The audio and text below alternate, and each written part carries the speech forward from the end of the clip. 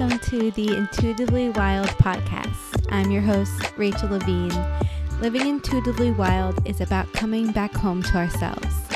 Here we talk about how to live connected to ourselves, others, and nature, and make a commitment to radical authenticity, vulnerability, and acceptance. On this podcast, we delve into a wide range of topics that span the human experience. We peel back the layers and talk about the things that are often not talked about. This is a space for us all to walk and wander this path of life together. Let's dig into our roots and go deep. Hello, everyone, and welcome back to the podcast. Welcome to this month's ritualism episode. If you are new here or missed last month's solo episode where I went into all the details, each month one of my solo episodes will be a step-by-step ritual for one of the earth-based occurrences that's happening in the world that month, whether it is holiday like the solstice or the equinox or a full moon or a new moon. It will really depend what's going on that month, but one of our solo episodes will be devoted to creating a ritual around that event. And that will be our devotion to ritualism for that month. And I'm really, really excited to dig deeper into these episodes and connect with you guys in this way. And I think it's going to be a really beautiful way to create magic together. Before we dig into the episode and the ritual, I do want to share that I'm recording this episode outside. The sun is shining. It is very hot outside, and I just felt the need to connect with nature and be in that energy while recording this podcast. So I hope that you can hear the birds singing and the wind rustling the leaves, and that there's not too many loud trucks going by or my neighbors don't come outside. But I'm really excited to come to you from this space. So for this month's ritualism episode, we are talking about the full moon in Capricorn. And the full moon in Capricorn is July 21st. And there's a couple special things about this full moon and a couple of reasons why I wanted to focus our monthly ritual on this full moon. The first being that it is the second full moon in Capricorn in this season. So our last full moon a month ago on June 21st was also in Capricorn, which means that this is a blue moon because it only happens once every blue moon. And what this means is that the energy that this Capricorn full moon is evoking in us is extra important for us to pay attention to. It's extra impactful and powerful. It has a message for us. It has meaning for us. And of course, all full moons do, but this might be a continuous theme that is really wanting to be known in our lives. So think back to June 21st and what was happening in your life then. Of course, that was also right after the solstice, beginning of summer. A lot is happening right now, but think if any themes or occurrences are repeating themselves or popping back up in your life right now that happened a month ago. So take a moment and reflect back on that time and what was coming up for you, what energy you felt, what experiences you had, what thoughts were surfacing, what was being asked of you, what was revealed to you then. Just take a moment to pause and reflect. This full moon also occurs on a Sunday, and each day of the week is associated with a different planet and a different energy. I wrote a whole blog post about this. If you're curious, I can link that below. But Sunday is unsurprisingly associated with the sun. So on this full moon, we are getting energy from the full moon. So the moon at its brightest and most energetic and vital and alive, and the energy of the sun. And, we just had the solstice. So a lot of light, a lot of energy, things are being illuminated and revealed and shown, and we might be feeling that energy both physically and mentally, emotionally, and energetically. So that's definitely something to note. Of course, this full moon will impact everyone very differently, but Capricorn is about dedicating our time, energy, and attention to what we are devoted to. Capricorn can get a reputation for being focused solely on work and discipline and being unemotional.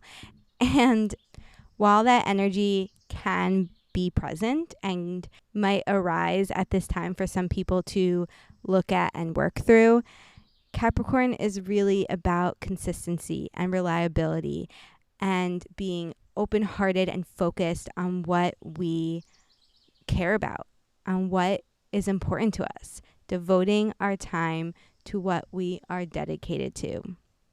It's really finding that balance, that difference between discipline and devotion and dedicating ourselves to it.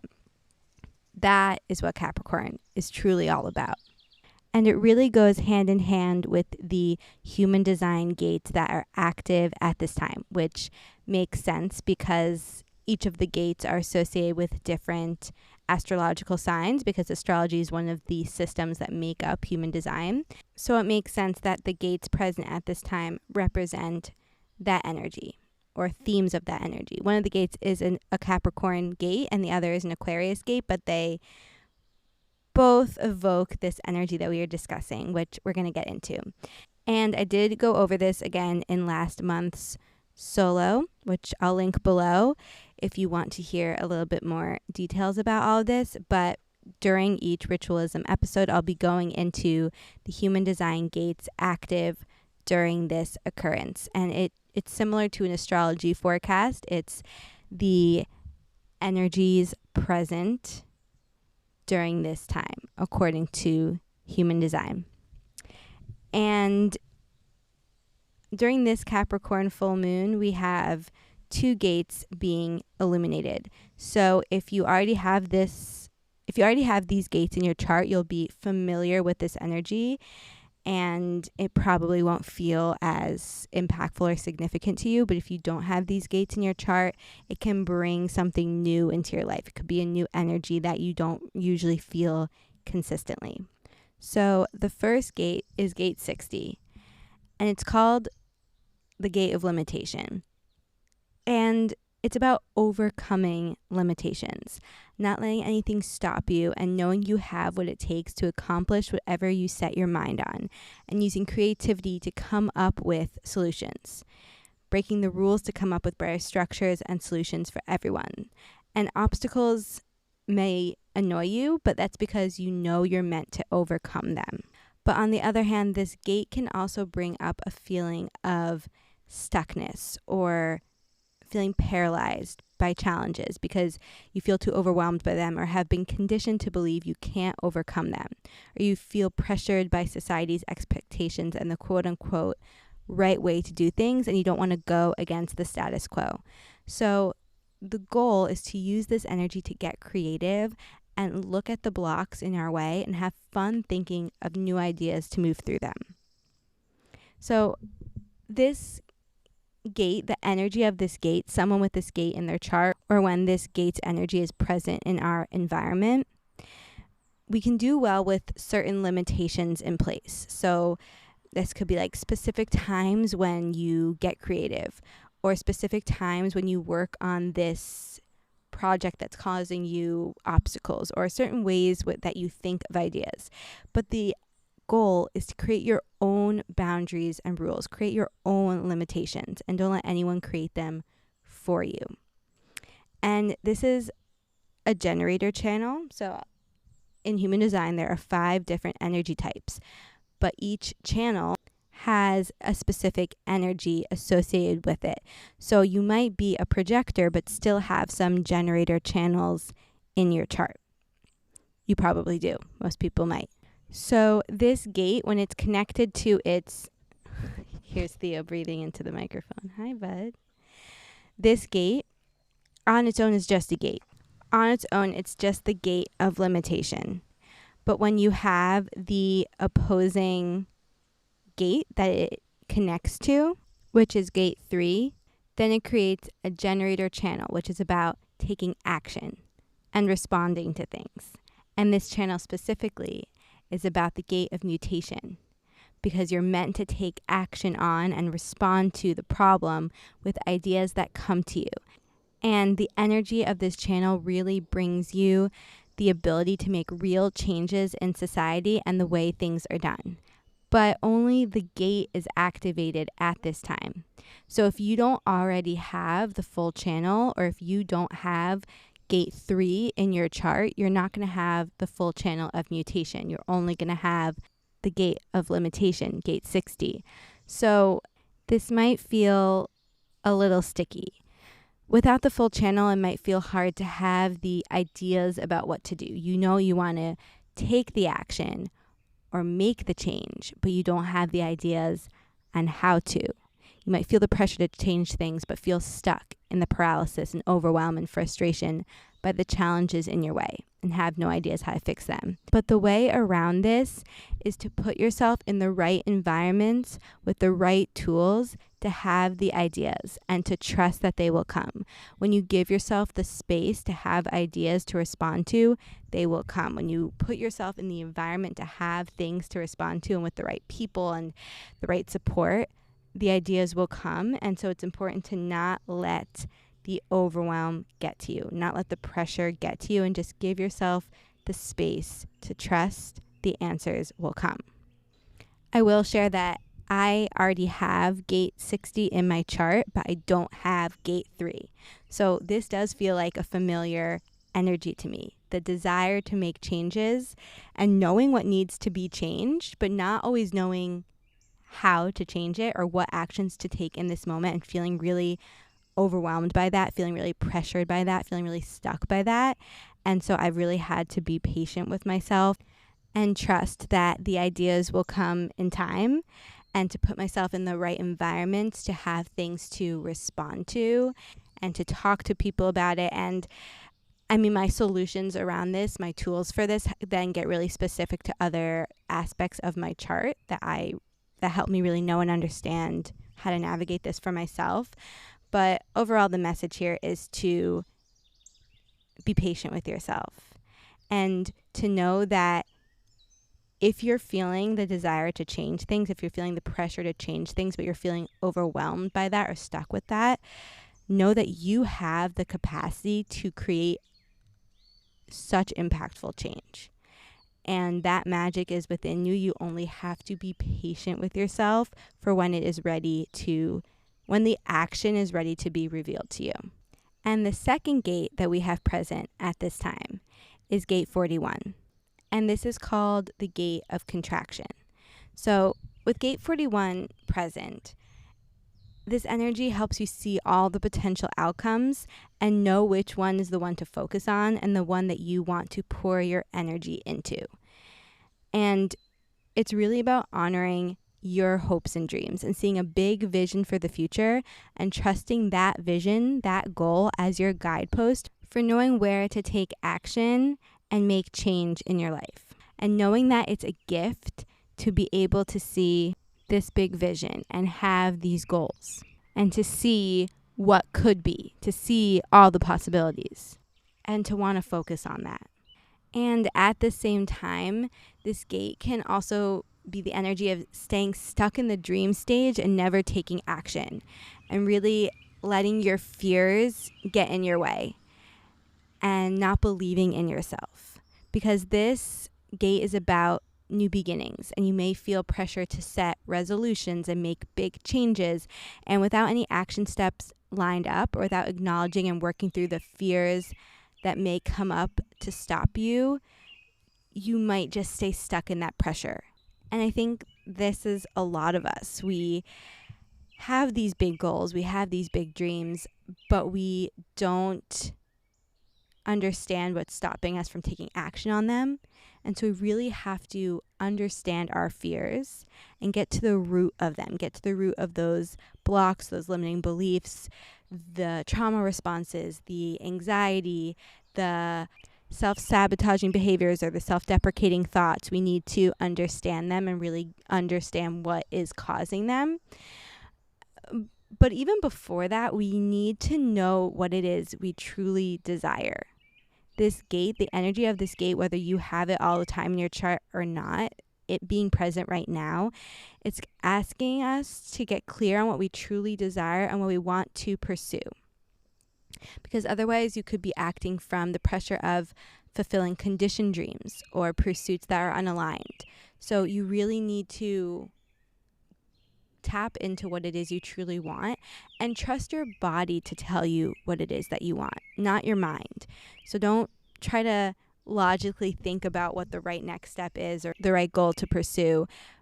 Really, you can even write yourself a list of things you think you want and then feel how each feels in your body. If you imagine yourself having one of those goals achieved, what does that feel like? Why do you want that? Really get to the root. So the gate opposite gate 41 that creates the full channel is gate 30. And so if you don't have gate 30 in your chart, with just gate 41 activated, you can feel really overwhelmed by your emotions, and you might be releasing your feelings in a way that is unproductive or unhelpful. But when you know how and when to release the emotions you are feeling, that's how you can activate this gate in a really helpful way. Because otherwise, without gate 30, you might be feeling this restlessness or this feeling pressure to feel emotions or to have something emotion-filled happen, to have something dramatic happen. And so if you're feeling that, watch a movie that makes you cry. Or get creative and let your emotions out in some creative way. But just be really aware of how your emotions are showing up for you and how that feels for you and how that is leading you to want to respond. I will again share that I have gate 41 in my chart and I do not have the full channel. So I don't have gate 30. And, there's so much detail and nuance to all of these gates and channels, so many different layers. But what I will say is that I do see this showing up for me in the capacity to see my dreams and see the potential and know this big vision future that I want. And then to sometimes feel stuck in my fears around that dream and so not taking action on it. So both of these gates that are present during the full moon in Capricorn, gate 60 and gate 41, are both in the root center. So again, there might be that pressure there, but when used correctly, it can be pressure that can be really helpful. It can be pressure that helps us get clear on our desires and take action on them and not let anything get in the way of what we truly want. So it's just about using this energy in a productive way. And the way to do that is to be really present with what is coming up for you and understand your reactions to that and then respond in a way that's supportive. And hopefully the rest of this podcast, going into more of the ritual of it all, will provide you with the tools to support yourself and the understanding and awareness around what is coming up for you. But I really wanted to set the energetic stage to give you that awareness around what energy might be present for you and how that might be showing up for you and why. So let's get into the ritual. So if you listened to last month's ritualism episode, you know that setting up the ritual is part of the ritual. It is a ritual in and of itself. So you want to set up your space. And Capricorn, it's a very grounded energy. It's an earth sign. It's associated with the color green. So honestly, the simplest thing is just doing this outside. But the most important thing is creating a sacred space for you to have this ritual. And by sacred, I mean safe. I mean uninterrupted. I mean comfortable. Just a place that you feel like you can be fully present and confident in yourself. A place where you feel like you can be your full self. So find that place for you. And this is a really powerful time to charge something in the light of the moon and the sun. With this Sunday sun energy and right after the solstice, bringing this extra energy. So pick a physical item that you want to have with you throughout this ritual. It can be a crystal, a stone, a rock, a piece of jewelry, and you're going to have this item with you throughout the whole ritual so that your full moon intentions and the energy evoked throughout this ritual is infused into this item. And then you are going to leave it outside overnight and let it soak in the energy of the moon. I think it's common to hear that people charge their crystals under the energy of the moon. And this just means that they are letting the moon's energy seep into this item so that not only is the item cleared of any old or stuck or stagnant energy, but it's also then reinvigorated and filled with this energy of the full moon, this new energy, and they can bring it with them throughout the day to tap into that energy. So what you can do is pick this item beforehand, leave it out the night before you are going to do your ritual for it to be cleared and filled with the full moon energy, and then have it with you throughout your ritual to fill it with your intentions and your full moon ritual energy, and then leave it out overnight under the light of the full moon to be amplified and for your intentions to be cemented and seen by the light of the moon. But you can also just leave your item out after the full moon ritual or just before. It really is up to you, whatever intuitively feels right for you. But putting it under the light of the moon can help it clear away the old energy and then amplify the new energy. But I do think having an item with you throughout your ritual is really important, because then you can take it with you throughout the rest of the month and put it either on your altar or hold it with you throughout your daily rituals so that it can remind you throughout the rest of the month or any span of time that you are working with this intention and this energy of your intention. And it actually reconnects you and reinfuses you with the energy you are going to create during this ritual. So once you have picked your item, you're going to have it with you throughout your whole ritual. And we're going to start with our yoga therapy tools. And the first one is lion's breath. Lion's breath is where you close your eyes, inhale through your nose, and on your exhale, you open your eyes wide and stick your tongue out really wide as you exhale through your mouth. And it can look silly. It can feel embarrassing, but it also is so supportive in releasing any stuck emotions, any overwhelm, any frustration. It really helps you get out emotions, and it forces you to unclench your face, unclench your jaw, and let out all the stress. And also, it's good to look silly once in a while. And hopefully it will make you laugh. Maybe it'll make you feel stupid, and maybe it'll humble you. If you're with other people and you're feeling a little insecure, you can always keep your eyes closed, but I assure you it is a really powerful pranayama practice, and it's something simple and easy that you can do anytime you're feeling any pent-up stress or anxiety or overwhelm. But if you are seeking other ways to release pent-up emotions, you can punch a pillow, you can howl at the moon, find a healthy outlet to release any stuck emotions. Even if you don't think they're there, I can assure you that they probably are.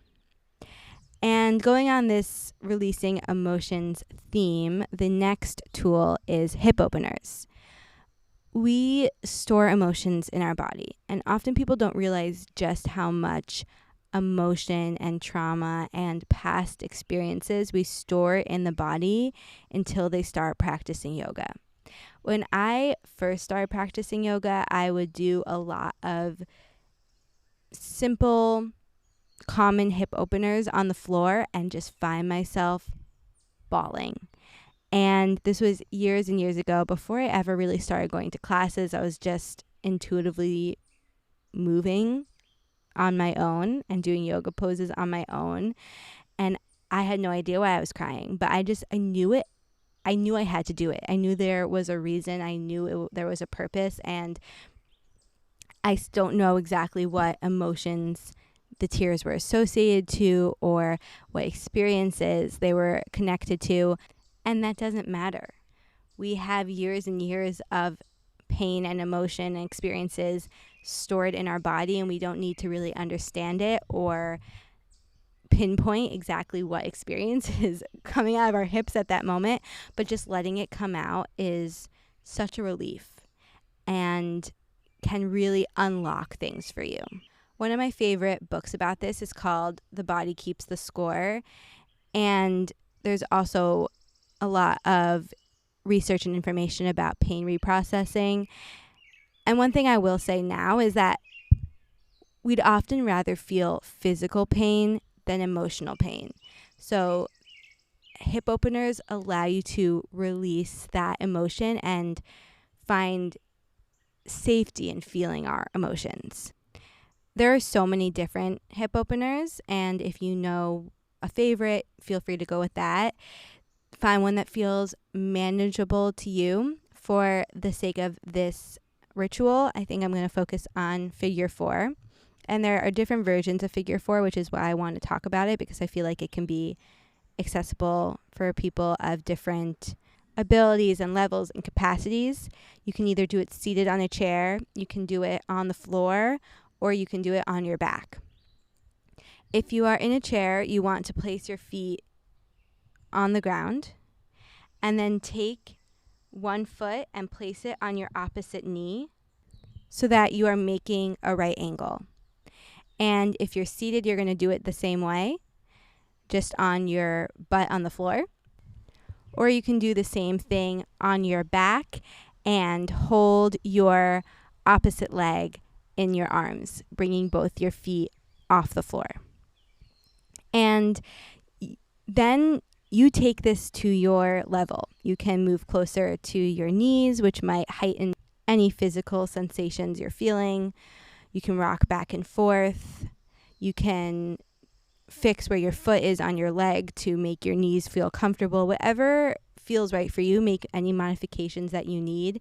You want to flex both your feet in order to protect your knees, but otherwise the alignment of it all is a very intuitive thing. And you want to do it on both sides, of course, a couple of deep breaths on each side, and challenge yourself to sit with it a little longer than feels comfortable. And if you would like, you can do this breath while you are in the posture. So the breath is 2 sharp inhales and 1 long exhale. So it takes the activated nervous energy you may be feeling and helps release it in a safe way. It helps ground it and then helps return you to center. So it's 2 sharp, quick inhales through your nose and 1 long exhale either through your nose or out your mouth.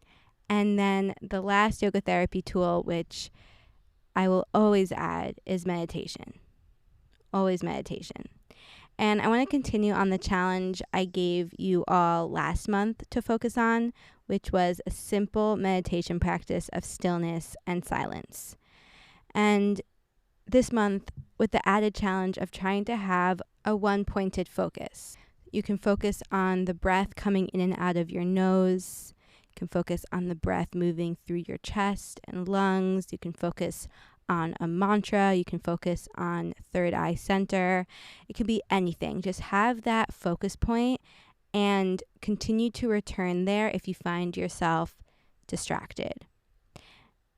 You want to set a timer for at least 3 minutes and then just sit. And I invite you to hold your altar item with you while you are meditating, while you're doing all of these practices, really. And the next part of our ritual are the herbal companions. And these are 3 herbs that I would recommend using either in a tea, infusing into a body oil, or just bringing into your home in some way, whether you buy them fresh or you have a picture of them, whatever works for you, whatever feels right for you. And you can utilize this at any time in your ritual. So I always make a tea while I'm setting up my space and have it with me throughout my ritual.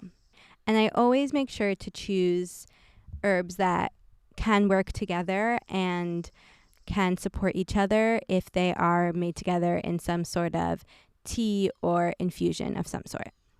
So our first herbal companion is lavender. Lavender is associated with both Capricorn and the full moon, and it's very calming. It balances energy, it soothes any mental anxiety, and it's pretty easily accessible. And same with our next one, actually. Rosemary, again, a Capricorn and full moon herb. It helps you root into your pure intentions. It brings clarity to your intentions, and it brings your awareness to any unaligned or unsupportive thoughts and intentions that you might not have noticed before, that you might have grown unconscious to, or just grown so familiar with that you don't notice. It helps bring them back to your awareness and reroute your intentions and your energy. And then the third herbal companion is mullein. Mullein is a nervine, which means it supports our nervous system. It also helps with allergies, which is great right now in this seasonal allergy time. It also is good for protection. It's used a lot in protection spells. And it helps you speak up honestly and with more confidence to say what's on your mind and heart, which I think is really important, especially as we are gaining more clarity on our dreams and our goals and wanting to take action on that. Having the courage and capacity to speak up about those things to other people who might not support them or understand them or be confused by them is really important. And that brings us into our journal prompts. So our first journal prompt is, what do you truly want? No holding back, no judgments, unedited, unthought through, just write about what you truly want. Our second journal prompt is, what is your body telling you that you want to pursue? Where is your energy being pulled right now? What are you feeling excited about? What are you noticing showing up in your life that you feel drawn towards? This goes back to what we were talking about in the beginning of the energy about how we want to gain clarity on our intentions and our desires from an intuitive place and not a logical thinking place. And then the next journal prompt is, what are your fears around these desires? Again, this is a time to not hold back or judge and to just write and write and write and let it come out. Where are your fears stopping you from taking action on your desires? What emotions are feeling challenging for you to sit with recently? What obstacles are coming up in your life that you're feeling frustrated, angry, resentful, or overwhelmed by? And as always, all of these rituals will be put on the blog post and shared on my Substack. So don't feel the need to write down or respond to these journal prompts right away. I will have a link to the Substack and blog post below that outline all of this and have the journal prompts right there. So from the answers to the journal prompts we just went over, you hopefully gained more clarity on what you truly want and the fears and blocks that you're holding you back from pursuing and creating those desires in your life. And since the full moon is a time of reflection and release versus the new moon, which is about creating and taking action and manifesting, we want to focus on what we are desiring to release right now. So those fears, beliefs, thoughts, habits, people, situations that are holding us back from pursuing or creating our desires. What you want less of in your life, or what you no longer have the time, energy, or desire for. What is not serving you? What is holding you back? This could be tangible things. This could be a thought pattern, a behavior, a person, or an environment. It could be anything. We just want to gain clarity on what we are ready to let go of. And you want to write your intention in the positive and as if it is already happening.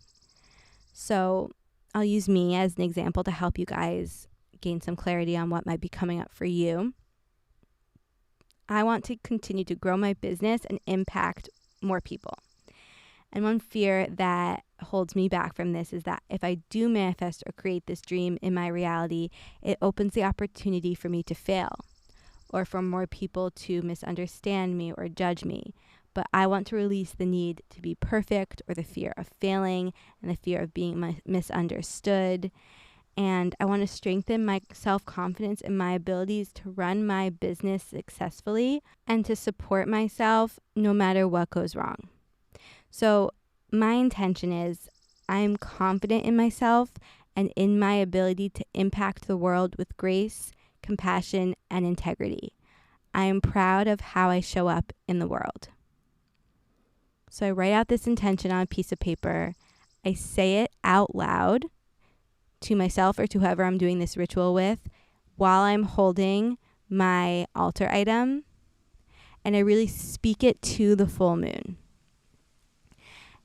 And then I place that piece of paper underneath my altar item, which will, for me, will be a crystal, and I leave it out under the light of the full moon overnight.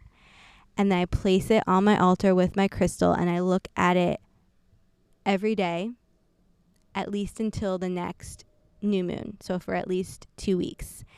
And I bring that crystal with me throughout my daily rituals to reconnect me to that intention and that energy.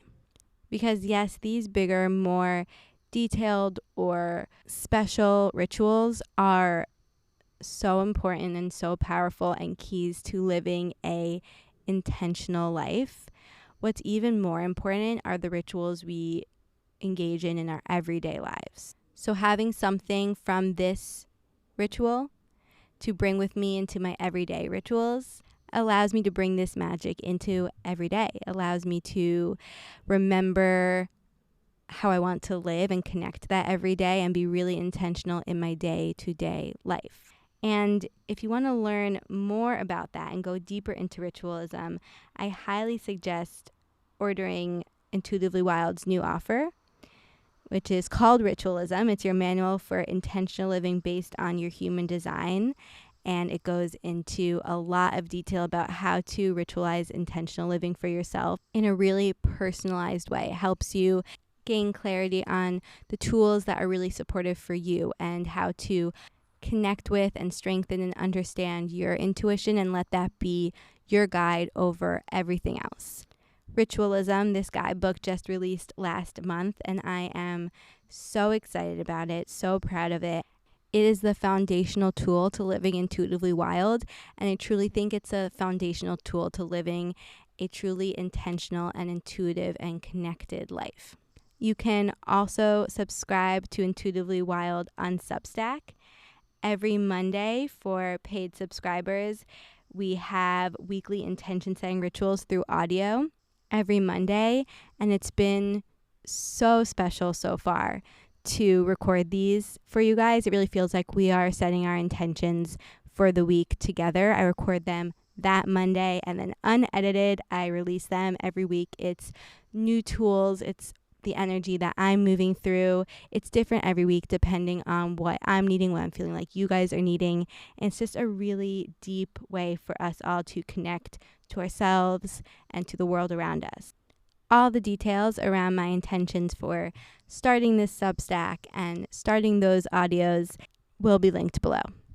Whether it's through this podcast or Ritualism or Substack or on Instagram or however you want to connect with Intuitively Wild, I really hope that you use these tools to create your intentional life, your intuitively wild life, the life that makes you feel most alive and most grateful to be alive. With all of that being said, this podcast is one of my favorite things to do, and I'm so grateful for all of you for being here.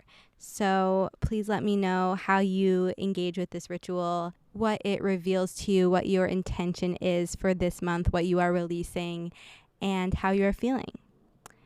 And I will see you guys next week for more magic. Thank you so much for joining me on this episode of Intuitively Wild, the podcast. I hope it helped deepen your connection to yourself, sparked some insights, and inspired you to live intuitively wild. If you enjoyed this podcast, it would mean so much to me if you would share it with others and leave a rating and review. And please reach out to me. I would love to connect with you. I will see you next time for more magic.